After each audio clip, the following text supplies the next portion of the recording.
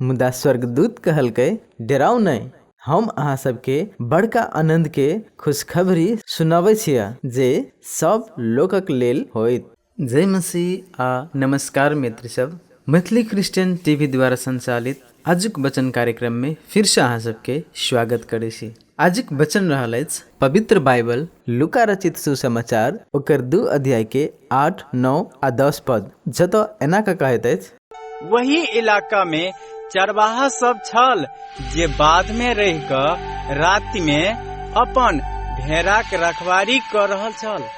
एकाएक परमेश्वरक एक स्वर्गदूत ओकरा सभक सामने में ठाढ़ भ गेला आ प्रभुक तेज प्रकाश सँ ओकरा सभक चारू कात इजोत भ गेलै। यही सँ ओ सब बहुत डरा गेल। मुदा स्वर्गदूत कहलथिन, डरा नहीं, हम तोरा सबके बड़का आनंदक खुशखबरी सुनबैत छियै जे सब लोक के लेल होयत। प्रिय मित्र सब, ई संदेश खाली ओइ समय के लेल नहीं छल, बल्कि आइयो हमरा आ अहाँ सब गोटे के लेल अछि। आइयो लोग सब डर, चिंता, रोग, बिरामी आ निराशा सँ दहल अछि। मुदा परमेश्वर कहलकै, नहीं डराओ, कियाक तऽ आनंद आबि चुकल अछि। ई आनंद संसार से मिला वाला आनंद जका नहीं अछि जे कुछ समय के बाद समाप्त भ जाइत अछि।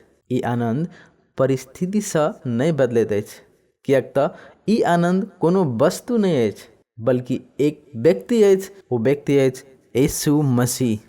प्रभु यीशु मसीह जन्म लेलक ताकि अपना सुन के जीवन में आशा आ शांति आबि सके। ओ अन्हार में इजोत बन के अयले, टूटल हृदय के चंगाई देलनि आ पाप से मुक्ति के लेल रास्ता खोललनि। एही कारण से क्रिसमस एक सच्चा आनंद के उत्सव अछि। एहि क्रिसमस में प्रभु यीशु के केवल गीत संगीत आ सजावट तक सीमित नहीं राखू। अपन हृदय के खोल कऽ प्रभु यीशु मसीह के अपन जीवन में स्थान दियो, कियाक तऽ जतऽ प्रभु यीशु मसीह अछि ततऽ डर नहीं बल्कि सच्चा आनंद होइत अछि। Merry Christmas. संपूर्ण गोटे में प्रभु यीशु मसीह के आनंद अहाँ सब कोई के जीवन में सदा काल तक ल रहत रहे। प्रभु यीशु मसीह के नाम में आमीन।